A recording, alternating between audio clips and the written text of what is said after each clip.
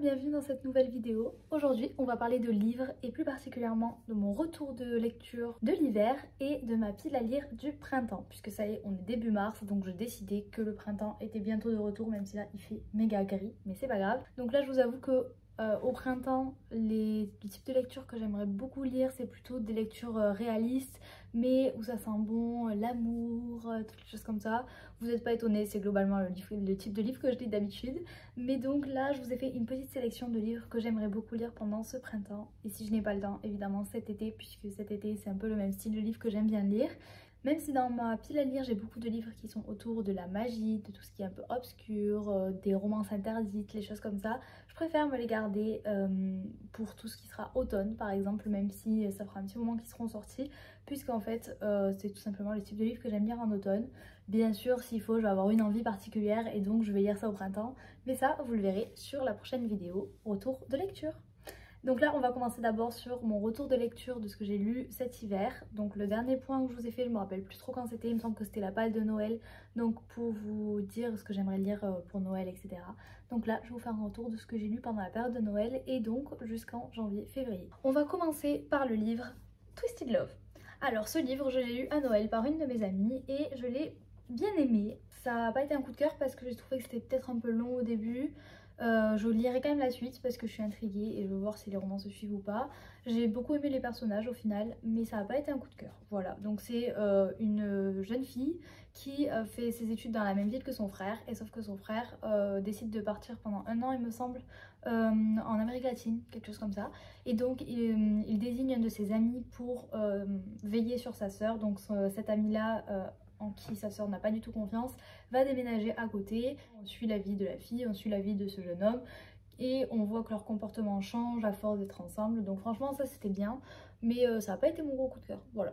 Mais parce qu'il y a beaucoup d'autres coups de cœur qui arrivent, enfin beaucoup je sais pas, mais en tout cas il y en a des coups de cœur. Ensuite le deuxième livre c'est The Unknown List. Celui-ci pareil, je l'ai pas trop aimé, je l'ai lu jusqu'au bout parce qu'en fait j'aime beaucoup ces autrices de base, donc je me suis dit que j'allais le lire jusqu'au bout. Mais pareil, c'était pas vraiment un gros coup de cœur. Parce qu'en fait j'ai trouvé lui par contre vraiment de mémoire, parce que lui ça fait un petit moment que j'ai lu, je l'ai vraiment lu le lendemain de Noël, mais celui-ci de mémoire je les trouve vraiment quand même assez long au début. J'aime bien les personnages sur la fin, mais franchement j'étais pas fan de l'histoire. Donc ici, pour vous raconter un peu le synopsis, c'est une jeune femme qui travaille depuis qu'elle a 14-15 ans pour un couple qui est marié depuis très longtemps, et c'est le couple idéal qui montre au monde entier leur amour. Et donc on suit l'histoire de ce couple, on suit l'histoire de cette jeune femme et on suit toute leur histoire ensemble en fait. Et du coup c'est bien, mais en même temps j'ai pas trop apprécié. Voilà, enfin ça allait quoi, mais c'était pas non plus un gros coup de cœur. Ensuite là on passe à un de mes gros coups de cœur. Si ce n'est le premier, en fait j'ai eu deux énormes coups de cœur on va dire. Et donc mon premier gros coup de cœur c'est Ce qui nous rend vivants de Emma Green, évidemment, donc des autrices Emma Green. Franchement j'adore, je n'ai pas les mots. Si vous aimez tout ce qui est série Grey's Anatomy, Urgence, tous les trucs comme ça, vous allez adorer ce livre. L'histoire, c'est une jeune femme qui vient de terminer ses études de médecine et qui du coup rentre pour sa première année d'internat aux urgences, là où elle voulait aller. Et donc elle est issue d'une famille de médecins, etc. Donc il y a plein de gens qui pensent que c'est parce qu'elle est issue d'une famille de médecins qu'elle est là. Et en fait elle veut essayer de prouver sa place. En même temps on voit toute sa vie privée qui est compliquée. Voilà, et elle rencontre plusieurs personnages tout aussi attachants et il y a plein d'histoires qui se créent et franchement ça a été mon coup de cœur. Je l'ai dévoré en 2 jours, vraiment je l'ai adoré, donc gros coup de cœur. Merci d'avoir écrit ce livre, Emma Green. Ensuite on passe à mon deuxième gros coup de cœur, et donc là c'est Un hiver pour te résister de Morgane Moncombe. Donc si vous avez suivi lors de mon dernier point livre, je n'en parlais pas du tout alors qu'il sortait cet hiver. Enfin j'en ai parlé il me semble. Mais j'ai dit que je vous expliquerai un peu plus pourquoi je ne souhaitais pas le lire directement à sa sortie. En fait c'est l'histoire d'une jeune femme. Donc c'est le tome 2 de la série Seasons de Morgane Moncombe. Le tome 1 je vous avais dit que c'était un énorme coup de cœur aussi la dernière fois. Et donc là le tome 2 c'est également un énorme coup de cœur. J'adore cette autrice et honnêtement tous les livres qui vont avec. Et donc pour le tome 2, celui-ci, ce sont des tomes indépendants en fait, que vous pouvez lire en soi dans le désordre si vous voulez, mais il y a des références au premier tome par exemple ici, il y a des références au tome d'après, donc je vous conseille quand même de les lire dans l'ordre. Mais donc ici, Un hiver pour te résister, c'est une romance donc d'une jeune femme qui habite au Canada et qui en fait se prépare pour faire la Coupe du Monde de patinage artistique et qui dédie sa vie entière au patinage. Et donc ce livre-là me donnait très envie, mais en fait j'avais peur de le lire parce que comme je vous avais dit dans mes objectifs 2024, la vidéo sur les objectifs, j'ai déjà fait du patin avant. Et en fait c'était une discipline sportive qui me manquait énormément et j'avais peur qu'en fait en lisant ce livre ça me manque encore plus, sachant que cette année je savais que je ne pouvais pas en faire puisqu'on est au milieu de l'année. Et donc j'avais vraiment peur que ce livre me rappelle des souvenirs et que donc je puisse, que j'avais vraiment envie de refaire du patin et donc que ça me rende plus triste qu'autre chose en fait, voilà. Et au final pas du tout, donc oui forcément ça donne un peu envie de faire du patin, mais on s'attache vraiment au personnage et on s'attache vraiment à toute l'histoire. Moi je me suis même attachée à la maison dans laquelle elle vit, tellement elle est bien sa maison. Du coup voilà, donc je vous laisse découvrir tout ça. Donc là c'est son parcours en gros avec son partenaire puisque c'est du patinage en couple, pour ensuite aller au JO et à la Coupe du Monde de patinage. Donc je vous laisse regarder tout ça, mais franchement on vit à travers ce livre, on vit plein d'émotions. Moi je sais que vraiment je suis déçue de ne pas m'être filmée en même temps parce qu'il y a tellement de fois où je fermais le livre en disant mais non, c'est pas possible, en étant hyper énervée. Donc je vous conseille de le lire et je sais que certains vont être énervés, de passage direct. Et je sais aussi que vous allez adorer ce livre, donc n'hésitez pas à le lire. Comme le précédent d'ailleurs, les deux, n'hésitez pas à le lire. Ensuite, j'ai également lu, puisque je pensais que c'était la période propice pour lire ce livre, j'ai également lu Un Happy New Year de 5 autrices cette fois-ci. Donc je vais toutes vous les énumérer en les lisant parce que sinon je vais en oublier sûrement. Donc vous avez Dahlia Blake, Delida Dane, Lily Blabla, Magali, désolée pour le nom si jamais je prononce mal, Engember, je suppose, et Morgane Moncomble, qu'on retrouve encore une fois. Dans l'histoire Un Happy New Year, chaque autrice incarne une sœur différente. Donc il y a 5 sœurs dans l'histoire qui se retrouvent pour le nouvel an dans leur maison de famille pour fêter le nouvel an tout ensemble. Et évidemment il y a plein de dramas et surtout plein de non-dits, plein d'histoires familiales assez tristes, choses comme ça. Donc franchement j'ai adoré ce livre parce que toutes les sœurs ont des caractères différents, toutes les sœurs ont des histoires différentes, en même temps vivent leur histoire de leur côté tout en étant liées à leurs autres sœurs. Donc franchement j'ai adoré. Le roman suivant s'appelle Hôtel Magnifique de Emily J. Taylor. Alors là ce sont deux sœurs qui habitent ensemble dans un dortoir puisqu'elles sont orphelines. Elles travaillent pour pouvoir subvenir à leurs besoins. Un jour elles voient une annonce dans le journal disant que l'Hôtel Magnifique est de retour et que l'Hôtel Magnifique recrute. Et l'Hôtel Magnifique c'est connu pour être l'hôtel dans lequel les magiciens se retrouvent et le seul endroit où la magie est autorisée et contrôlée. Et du coup tout le monde veut travailler dans cet hôtel puisque tous ceux qui en sortent sont toujours heureux à vie même s'ils n'ont plus de souvenirs de pourquoi ils sont heureux. Du coup ces deux sœurs qui en soi n'ont plus de famille veulent postuler et veulent essayer de rentrer dans cet hôtel magnifique. Et donc c'est toute l'histoire qui est liée à ces deux sœurs, à leur cheminement pour essayer de rentrer dans l'hôtel, si jamais elles y rentrent ou non, qu'est-ce qui se passe. Il y a énormément de magie dans ce livre et c'est vrai que je l'ai beaucoup aimé.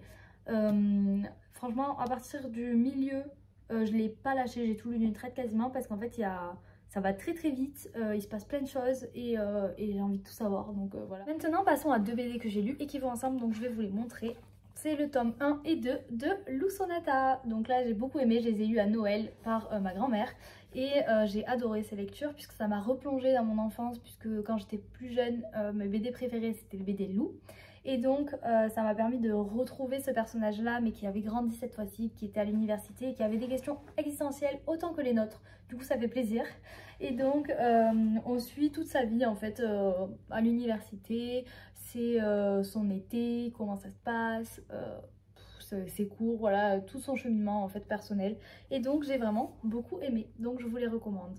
Et voilà, maintenant on va passer aux lectures qui me donnent envie pour ce printemps. Donc je vous ai fait une petite liste et il y a quelques livres que j'ai déjà, donc c'est plutôt pas mal. On va commencer par les livres que j'ai déjà. Sans oublier que je vais quand même devoir rajouter, là je vais pas les énumérer ici, je vais choisir sur le coup, mais je vais devoir rajouter les livres de mon challenge littéraire.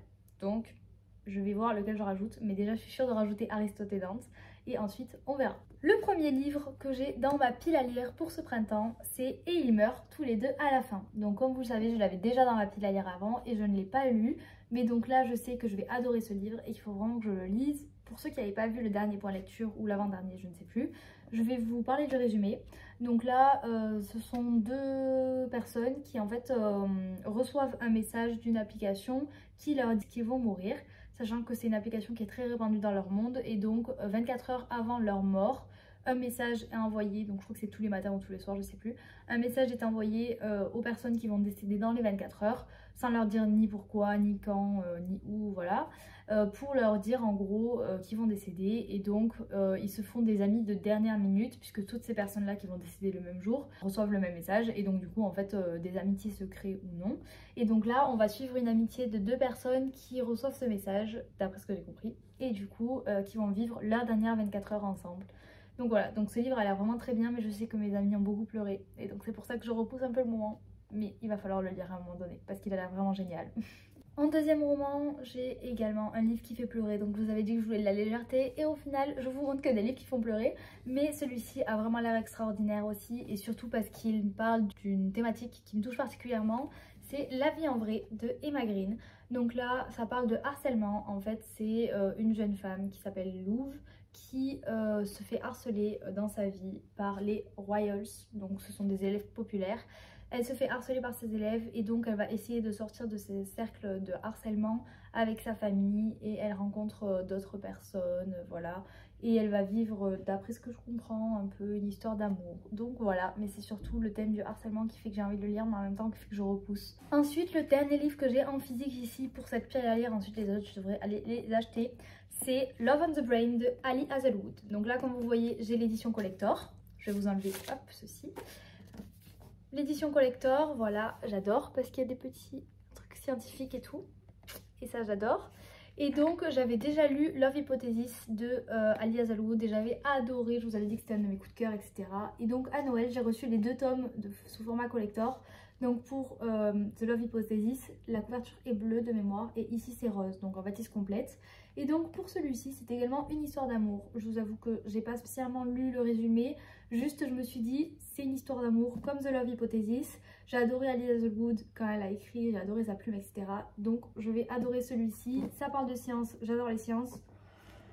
Voilà. Et maintenant, passons au livre que j'aimerais beaucoup acheter, du coup, pour compléter ma pile à lire qui n'est pas déjà assez grande, sachant que tous les livres qui sont derrière moi, ce sont des livres que je dois lire en pile à lire et il y a plusieurs rangées, voilà. Mais comme je vous le disais, ici là, ce sont que des livres assez tournés vers la magie. Donc vous avez Witch and God, Un palais d'épines et de roses, Guild, la dernière Amazon, que des livres comme ça. Et en fait, ce sont vraiment des livres tournés plutôt automne-hiver pour moi. Donc j'attends l'automne et l'hiver pour le lire, même si je sais que Un palais d'épines et de roses, tout le monde dit qu'il est génial. En ce moment, ma lecture en cours, c'est Inheritance Game. Et donc, je ne l'ai pas du tout fini. J'en suis là, à peu près. Chapitre 33, voilà. Donc pour l'instant j'aime beaucoup ce livre et donc je pense que je vais acheter le tome 2, sachant que de mémoire il y a 4 tomes je crois. Donc je vais acheter le tome 2 puisque pour l'instant je l'aime beaucoup. J'attends de voir quand même jusqu'à la fin s'il me plaît, mais la thématique du début me plaît beaucoup. Donc je vous en parlerai lors du prochain point lecture, donc du 1 et potentiellement du 2 ou plus si je les ai tous lus, on ne sait jamais, écoutez. Mais en tout cas j'aime beaucoup. J'aimerais beaucoup acheter évidemment le tome 3 de la série Seasons de Morgane Moncomble, Un printemps pour te succomber. Évidemment que je vais acheter ce livre, je vais l'acheter dès la sortie qui est le 20 mars et normalement je vous ferai un reading vlog à ce sujet. Donc reading vlog, c'est un vlog de moi qui suis en train de lire le livre et de vous donner mon avis en temps réel. Le dernier livre, celui-ci, il rentre parfaitement dans les catégories magie, automne, hiver, tout ce que je vous disais juste avant, mais je ne peux pas passer à côté de sa sortie qui est le 2 mai. Oh, je serai pas là. Je serai à l'étranger. Non. Bon, c'est pas grave. Je rentre le 4 de l'étranger. Je vous dis pas où je vais. Toujours surprise. Mais donc, le 4, à mon retour, je vais acheter le tome 4, Hadès et Perséphone, A Touch of Chaos. Franchement, ces livres, je les adore. Il y a 3 tomes et je pensais même pas qu'il y aurait un 4e tome. Pour moi la saga était terminée de mémoire, je m'étais pas dit qu'il y avait un quatrième tome, enfin j'avais pas réfléchi à la question en fait, tout simplement. Ces 3 livres que déjà je trouve magnifiques font partie de ma saga préférée, enfin de mes sagas préférées. Et donc surtout le tome 3 en fait je le trouve trop beau. Je parle de la couverture hein, parce que je les ai tous adorés. Franchement voilà. Vous avez toute ma pile à lire. J'ai également continué à lire des mangas, mais je vous ai pas présenté les mangas que j'avais lus parce que c'est toujours les mêmes. Par exemple, hop, celui-ci, Les Carnets de l'apothicaire. Donc là c'est la version collector et comme vous voyez je ne l'ai pas encore ouverte parce que comme c'est collector je voulais pas l'ouvrir. Mais donc j'ai lu jusqu'au tome 10 puisque celui-ci c'est le tome 10. Et même le tome 11 et je crois que le 12 est sorti.